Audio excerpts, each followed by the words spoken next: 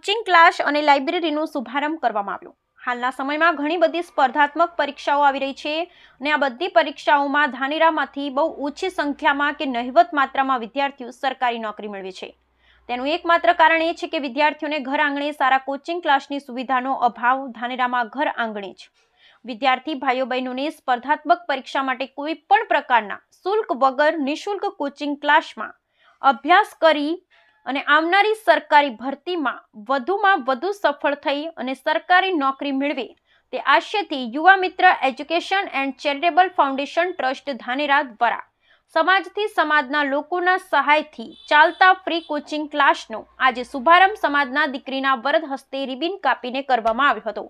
આ તબક્કે પાંચાભાઈ બોધુ, બળવંતભાઈ સોલંકી, પરેશભાઈ ગલચર, ભરતભાઈ સોલંકી, મુકેશભાઈ સોલંકી, ખજાનચી શ્રી દશરથભાઈ, ચેલાભાઈ, પ્રકાશભાઈ ડાભી, રાયચંદભાઈ, પ્રકાશભાઈ ચૌહાણ, પત્રકાર સુરેશભાઈ કોચ, અંકુરભાઈ મોદી, વાલીગણ તેમજ પ્રવેશ ટેસ્ટમાં સફળ થયેલ વિદ્યાર્થી ભાઈઓ બહેનો હાજર રહ્યા હતા।